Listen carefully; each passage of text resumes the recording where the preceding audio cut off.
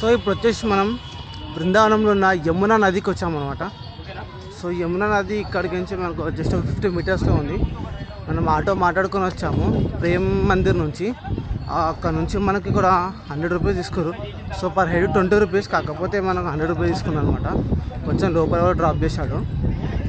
మీరు చూసుకుంటే ఇక్కడ ముందు దగ్గరలోనే ఉంది యమునా నది, మీకు చూపిస్తాను నేను. సో ఇప్పుడు మీరు చూసుకుంటుంది యమునా నది అనమాట. ఇక్కడ మీరు చూసుకుంటే యమునా స్నానాలు కూడా జరుగుతున్నాయి. సో అక్కడ వచ్చేసి టెంపుల్ ఉంది ఆ ముందు. మనం ఇప్పుడు ప్రజెంట్ ఈ బోటు ఏదైతే బోట్ ఉందో ఈ బోట్ తీసుకొని మనం అక్కడికి వెళ్ళాలి. మనం అక్కడ యమునా దగ్గర అక్కడ టెంపుల్ కనిపిస్తుంది, ఆ టెంపుల్ దగ్గరికి వెళ్ళాలి. సో ఇక్కడ చూసుకుంటే మీరు స్నానాలు అవుతున్నాయి, నది స్నానాలు.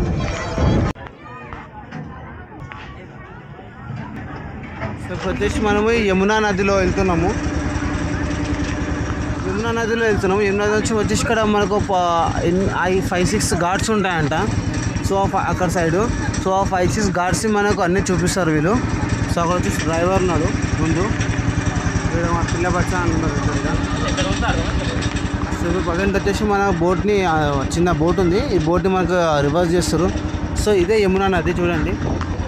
ఇక్కడ ఇంకోటి ఏంటంటే వాటర్ అన్నీ చాలా ఉప్పుగా ఉన్నాయి ఇక్కడ బృందావనంలో. అదే ఐడియా అర్థం అవ్వట్లేదు. నది అన్నప్పుడు మనకు వాటర్ నీట్ ఉండాలి, కానీ కాకపోతే ఇక్కడ చాలా ఉప్పుగా ఉన్నాయి వాటర్. సో ఇక్కడ ఆల్రెడీ వీళ్ళు ఇక్కడ ముందు వెళ్తున్న బోట్లో వీళ్ళు ఆల్రెడీ వెళ్ళొచ్చారు వీళ్ళు. ఇదంతా బోటింగ్ సెక్షన్ అనమాట. యమునా నదిలో బోటింగ్ సెక్షన్ ఉంటుంది. సో ఇందులో మీకు 100 రూపీస్ ఉంది, 50 రూపీస్ ఉంది, 150 ఉంది. మనం తీసుకుంది 150. మన 150లో ఏంటంటే మనకు మొత్తం ఘాట్స్ ఏమేమవుతున్నాయో అవన్నీ మనం చూపించుకుంటూ వస్తారు. 100 రూపీస్ కూడా ఉంది. ఇక్కడ చిన్న బోట్ నడుస్తుంది కదా, ఇది అనమాట 100 రూపీస్ది. సో ఇది ఏంటంటే జస్ట్ టెంపుల్ వరకు ఒక రౌండ్ వేసుకొని తీసుకొస్తారు. అంటే ఒక 10 మినిట్స్ అనమాట, 10 మినిట్స్ ఉంటుంది. ఇది 150 ఏంటంటే మనకు ఒక హాఫ్ అన్ అవర్ మనకు మొత్తం చూపించుకుంటూ ఎక్స్ప్లెయిన్ చేస్తూ తీసుకొస్తారు అనమాట.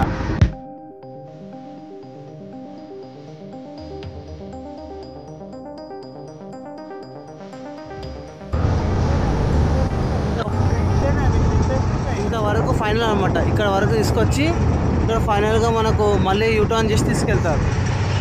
చూడండి గాయ్స్, యమునా నదిలో ఫుల్ వర్షం పడుతుంది. చూసుకోవచ్చు మీరు. ఇక్కడ క్లోజప్ చేస్తాను, ఫుల్ వర్షం ఉంది. సో ఈ రైడ్ ఎలా అయితే మనం చెప్పలేము. వర్షం అయితే చాలా హెవీగా పడుతుంది. మనమైతే యమునా నది మధ్యలో ఉండిపోయాం. చూడాలి ఒడ్డు వచ్చేసి మనము చార్ధామ్ యాత్ర వెళ్తున్నాము. చార్ధామ్ అంటే యమునోత్రి, గంగోత్రి, కేదార్నాథ్ కాదు. ఇక్కడ బృందావనంలో కూడా మనకు చార్ధామ్ అని చెప్పేసి ఒక టెంపుల్ ఉంటుంది. ఆ టెంపుల్కి వెళ్తున్నాము. ఇక్కడ నుంచి ఒక 5 కిలోమీటర్స్ అంట. ఒక చూపిస్తాను నేను మీకు అక్కడికి. సో గాయస్, మనం ప్రజెంట్ వచ్చేసి అయితే చార్ధామ్ వచ్చేసాం అనమాట. బృందావనంలో చార్ధామ్ ఇది. సో ఇది ఎంట్రన్స్. సో మీరు చూసుకుంటే ముందు మీకు డైరెక్ట్గా ఫస్ట్ ఎంట్రన్స్లో అమ్మవారు కనిపిస్తారు. సో మీరు దగ్గరికి వెళ్ళాక చూపిస్తాను నేను. చూసుకుంటే వచ్చేసి మనం చార్ధామ్ యాత్ర ఉన్నాం అనమాట. సో చార్ధామ్ అంటే ఇక్కడ బృందావనం టెంపుల్, బృందావనంలోనే చార్ధామ్ అని చెప్పి క్రియేట్ చేశారు. సో అది మనం చూస్తున్నాం, మీకు కూడా చూపిస్తాను నేను. సో ఇదే అనమాట. సో మంచి గార్డెన్గా ఇది ప్రైవేట్గా కట్టినట్టున్నారు, కానీ చాలా బాగుంది. చూసుకుంటే మీరు పెద్ద అమ్మవారి విగ్రహాన్ని చూసుకోవచ్చు. చాలా పెద్ద ఉంది. అమ్మవారి పక్కనే మన హనుమంతుడు కూడా ఉన్నారు. మీకు దగ్గర క్లోజప్లో చూపిస్తాను.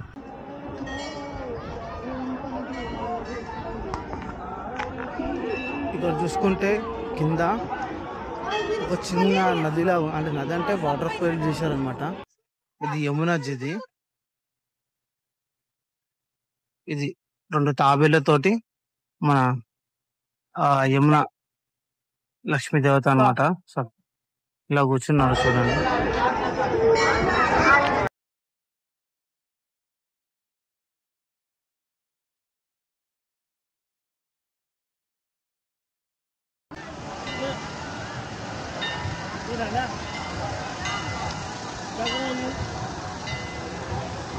సో వచ్చేసి సూర్య భగవానుడు అనమాట.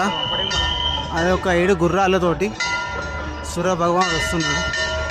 సంథింగ్ విష్ణుదేవుడే, కాకపోతే అలా. ఇది వచ్చేసి శనేశ్వర మందిరం, ఇది శనిధామ్. ఇది వచ్చేసి మన శనిధామం అనమాట, శనేశ్వర టెంపుల్లో. సో మీరు చూసుకుంటే శనేశ్వర విగ్రహం చాలా అంటే చాలా బాగుంది, నాకైతే బాగా ముచ్చట నచ్చింది. సో మీద డిజైన్ కూడా చూసుకోవచ్చు, చాలా సూపర్ గా ఉంది. చుట్టుముట్టు చూసుకుంటే కూడా మొత్తం తన విగ్రహాలే ఉంటాయి. సో